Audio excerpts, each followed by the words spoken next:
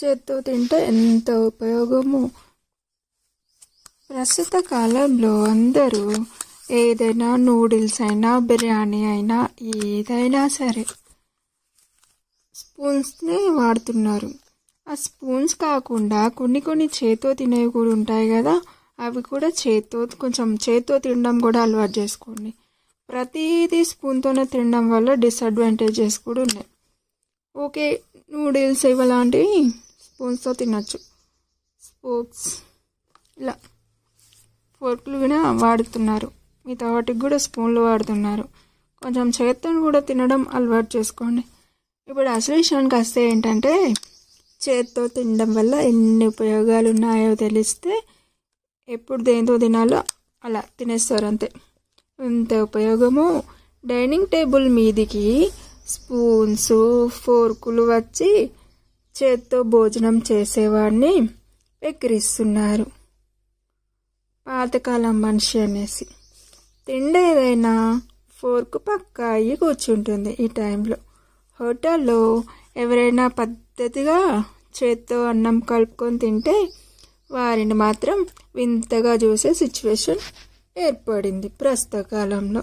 ఇక మన ఇంట్లో కిడ్స్కి కూడా స్పూన్స్ అలవాటు చేస్తున్నారు ఈ తరం వాళ్ళు.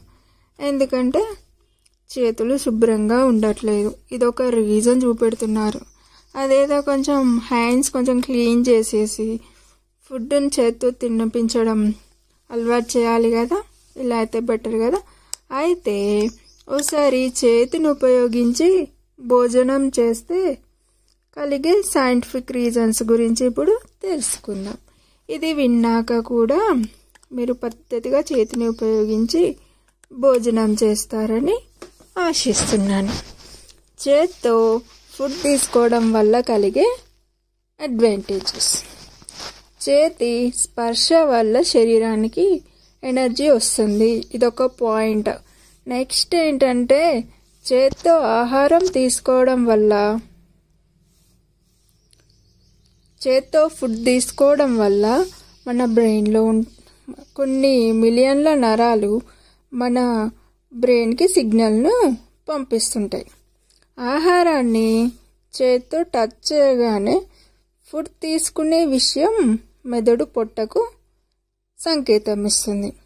అలా కడుపులో జీర్ణరసాలు ఎంజైమ్స్ రిలీజ్ కావడం వల్ల జీర్ణశక్తి కూడా మంచిగా జరుగుతుంది.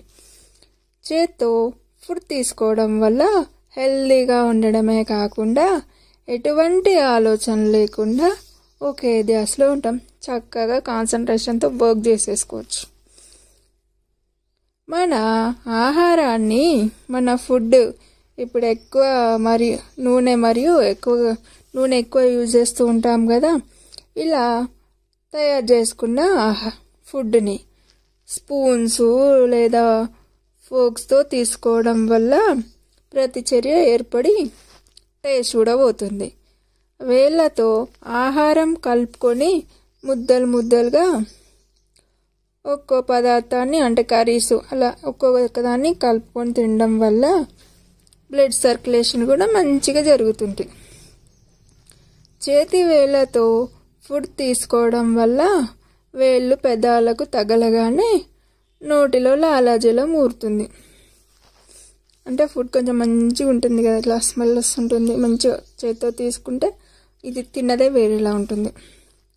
ఇంకా చేతి వేళ్ళతో మనం ఆహారం తీసుకోవడం వల్ల జబ్బుల బారిన పడకుండా ఉంటాం, అలాగే హెల్తీగా కూడా ఉంటారు. జీర్ణ ప్రక్రియ బాగా జరుగుతుంది. ఇలా చేయడం ఒక ఎక్సర్సైజ్లా ఉంటుంది. చేతిలో ఉండే ఒక్కో వేలు ఒక్కో తత్వాన్ని కలిగి ఉంటుంది. ఈ బొటన వేలు ఉంటుంది కదా, ఇది అగ్నితత్వం.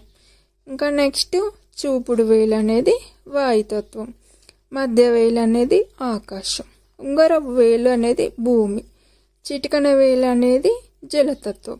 ఈ 5 వేల స్పర్శ ఆహారానికి తగిలినప్పుడు జీవశక్తి ఉత్తేజితం అవుతుంది.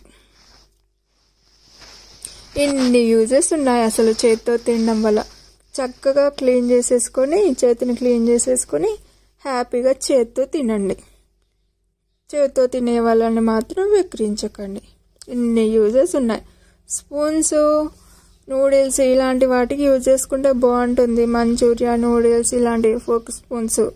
కానీ అన్నిటికి మాత్రం యూజ్ చేయకండి. కొంచెం బిర్యానీ ఇంకా రైస్ ఇలాంటివి తినేటప్పుడు మాత్రం చేతినే వాడుకుంటే బెటర్.